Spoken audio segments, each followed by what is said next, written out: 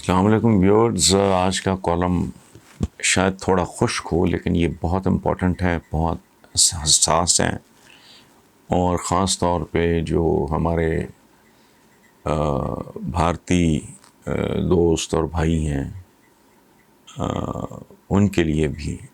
اور یہ ایک کتابی نصابی قسم کی ایکسرسائز ہے. یہ دعوت فکر ہے بنیادی طور پہ. مقصد اس کا ہے کہ ایک ڈائلاگ اوپن کیا جائے. تو خاص طور پہ انڈین فرینڈ سے میری یہ درخواست ہے کہ اس کو بغیر کسی تعصب کے، جیسے ایک بھائی سے، ایک دوست سے بات کر رہا ہوتا ہے، ضروری نہیں ہے کہ آپ اس سے اتفاق کریں. خوبصورت بات یہ ہوگی کہ دلائل کے ساتھ اس کا جواب دیا جائے. یہ پہلی قسط ہے. یہ 2 قسطوں میں نے کالم لکھا ہے جو اس لیے ضروری ہے، کم از کم میرے نزدیک، کہ مجھے ہندوستان اور پاکستان کے تعلقات میں قربت میری جذباتی کمزوری ہے. تو اس میں اوبیسلی میں نہ کبھی سرکار کا حصہ رہا ہوں، نہ مجھے دلچسپی تھی، نہ ہے، نہ کبھی ہوگی. تو میں ایک انسان کے طور پہ اپنی پوری تاریخ کو ذہن میں رکھتے ہوئے میری بڑی شدید خواہش ہے کہ میں مرنے سے پہلے ہندوستان اور پاکستان کو 2 خوبصورت، بہت اعلیٰ پڑوسیوں کے طور پہ دیکھوں. اور یورپ جنہوں نے 100 سال جنگیں لڑی ہیں، اگر ان کو یورپی یونین اور فلاں کا ہوش آ گیا ہے تو کیا ہم اتنے ہی گئے گزرے لوگ ہیں کہ اپنی. اور دیکھیں، میں آپ کو ایک بات بتاؤں کہ رائٹس وغیرہ یہ وہ سارے، یہ ہمارے اندر فرقے ہیں چند ایک، ان کے درمیان قتل و غارت ہو جاتا ہے. بھائیوں کے درمیان یہ جو برادریاں ہوتی ہیں اور پھر آگے گوتیں بنتی ہیں جنہیں سب کاسٹ وغیرہ کہا جاتا ہے، یہ کیسے بنتی ہیں؟ بھائیوں کے درمیان دشمنیاں ہو جاتی ہیں. یہ آپ پتہ نہیں، آپ ہمارے انڈین فرینڈز دوست دیکھ رہے ہیں نہیں دیکھ رہے، یہ ارطغرل اور یہ وہ سارے خود مسلمانوں کے اندر آج تک ایرانیوں اور عربوں کی نہیں بنی. ترکوں کی نہ عربوں کے ساتھ کبھی بنی ہے، نہ ایرانیوں کے ساتھ کبھی بنی ہے. تو یہ پوری ایک تاریخ ہے. ظہیر الدین بابر نے جب ہندوستان پہ حملہ کیا 1526 میں، تو پہلی گردن جو اس نے اتاری وہ ابراہیم لودھی کی تھی، جو بڑا پرہیزگار مسلمان تھا. تو یہ پاور پلے اور یہ اس طرح کی باتیں ان کو، اور پھر bygone is bygone. دنیا ہم سے بہت آگے نکلتی جا رہی ہے. تو مجھے دکھ ہوتا ہے اپنا یہ سارا سلسلہ دیکھ کے، چونکہ مجھے واقعی اپنا لگتا ہے. حالانکہ میری پیدائش تو پاکستان بننے کے بہت بات کی ہے. میں نے پہلے بھی 1-2 بار آپ سے یہ بات شاید شیئر کی ہے کہ جب میں پہلی بار ایسٹ پنجاب گیا ہوں تو میں وہاں سے جلندھر، امرتسر اور لدھیانہ کی مٹی لے کے آیا، اور اپنے فارم ہاؤس پہ میں نے کیری بنائی، اس میں گلاب لگائے. تو میری ایک فیلنگ ہے. اگر میں کسی کو ہرٹ کرتا ہوں تو مجھے معاف کر دیں، میری نیت بالکل کچھ اور ہے. بہرحال اس کالم کی پہلی قسط کا عنوان ہے ہندوستان، مسلمان اور RSS کا جو نظریہ ہے. تو پہلی قسط حاضر ہے، دوسری میں کل یا پرسوں آپ کے ساتھ شیئر کروں گا. تو جی شروع کرتے ہیں. جہالت ہے یا جان بوجھ کر یہ تاثر پیدا کیا گیا، لیکن تاریخی سچ یہی ہے اور اس کے سرکاری ثبوت بھی موجود ہیں کہ ہندوستان میں پہلے مسلمان سپاہی نہیں بلکہ مسلمان تاجر آئے تھے. بلکہ اس سے بھی بڑی حقیقت یہ ہے کہ اسلام کی آمد سے پہلے بھی عرب تاجروں کی، جب ابھی اسلام نہیں آیا تھا، عرب تاجروں کی مالابار، کیرالا وغیرہ میں آمد و رفت جاری رہتی تھی، اور ان کے گھر بھی وہاں موجود تھے. محمد بن قاسم تو بہت دیر کے بعد سندھ پہ حملہ آور ہوا. ویسے بھی تاریخ کی ایک بری عادت یہ ہے، جو تاریخ کے طالب علم ہیں وہ جانتے ہیں میں کیا کہہ رہا ہوں. تاریخ کی ایک بری عادت یہ ہے کہ وہ حملوں، جنگوں، فتوحات، شکستوں پہ تو بہت فوکس کرتی ہے، لیکن تجارت اور پر امن خوبصورت تحریکوں پہ توجہ کم فرماتی ہے۔ یہ تاریخ کی ایک کمزوری ہے ایز اے سبجیکٹ۔ اچھا، جنگجوئی سے بہت پہلے مسلمان تاجر، ملاح، جہاز ران کیرالہ مالابار کے ساحلوں پہ آباد ہو چکے تھے، جن میں اکثریت مسقط اور ہرمز کے تاجروں کی تھی، جو اسلام کے پھیلنے پر مسلمان ہوتے چلے گئے۔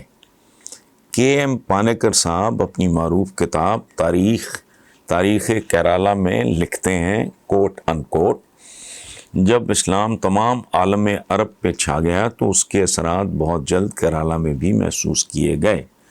ایک قدیم روایت کے مطابق دمل مہاراجہ کیرالہ نے بھی اسلام قبول کر لیا تھا، اور مالابار کے علاقہ میں مقامی آبادی کے قبول اسلام اور عرب تاجروں کی بڑھتی ہوئی آبادی سے بھی اسلام بہت پہلے ہی پھیلنا شروع ہو گیا تھا، اور یہ بات 661 ہجری کے ایک مسلم مخطوطے سے بھی ثابت ہوتی ہے، جو شمالی ارکاٹ میں آج بھی موجود ہے۔ اور یہ بھی یاد رہے کہ جب دہلی ابھی قطب مینار فریم قطب الدین ایبک کے تسلط میں نہیں آیا تھا، تو مالابار میں مسلمان اس قدر مستحکم ہو چکے تھے کہ ایک طرف ہندوستان، دوسری طرف مشرقی ایشیا کے درمیان ہر طرح کی بحری تجارت ان کے ہاتھ میں تھی۔ تاریخ کا یہ کیسا جبر ہے کہ صدیوں بعد یورپی طاقتوں نے اسی بحری طاقت کے بلبوتے پہ ہندوستان میں نقب لگائی، مغلوں کو اکھاڑ پھینکا، اور ایک تجارتی کمپنی، ظاہر ہے ایسٹ انڈیا کمپنی نے ہی برطانوی راج کی راہ ہموار کی، جو یہ سبق دیتی ہے کہ وقت کسی قوم کو ہاتھ پہ ہاتھ دھرنے اور ریلیکس کرنے کی عیاشی کی اجازت نامہ نہیں دیتا۔ آج بھی موجودہ ہندوستان کا شاید ہی کوئی علاقہ ہو جہاں مسلمان کم از کم 700 سال سے نہ رہ رہے ہوں اور ہر اعتبار سے ہندوستانی نہ ہوں۔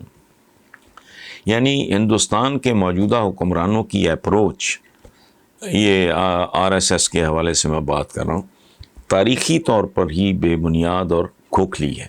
RSS کی فکری بنیاد بودھی ہے۔ دوسری طرف یہ بات بھی ماننی ہوگی کہ ہندو مزاج آپ کہہ لیں اور کردار میں کوئی نہ کوئی ایسی خاصیت ضرور پائی جاتی ہے جس کی بنیاد پر مقامی لوگ پاکیزگی، اچھائی اور پارسائی کے سامنے سر جھکا دیتے ہیں اور اس کی طرف اٹریکٹ ہوتے ہیں۔ یہی وجہ ہے کہ شیخ معین الدین چشتی مٹھی بھر مسلمانوں کے ساتھ اجمیر میں قیام کر سکے، حالانکہ ابھی پرتھوی راج چوہان اور شہاب الدین غوری کے درمیان فیصلہ کن مارکا کافی دور تھا۔ اسی طرح دوسرے صوفیاء کرام نے بھی لاہور، ملتان، سرہند، دہلی، آگرہ، حتیٰ کہ بنگال اور مدراس میں بھی وحدانیت کے پرچم بلند کیے اور ہندوؤں کو بھی اپنا معتقد بنا لیا۔ اور یہ بھی یاد رہے کہ ان عظیم روحانی شخصیات نے دنیاوی طاقتوں سے امداد حاصل کرنے کی کبھی کوشش نہیں کی۔ انہوں نے روحانی بلبوتے پہ محبت سے، پیار سے جو بھی انہوں نے کیا اس طرح کیا، یہ نہیں کہ انہوں نے کوئی حکمرانوں کو دعوتیں دی ہوں، قطعاً نہیں۔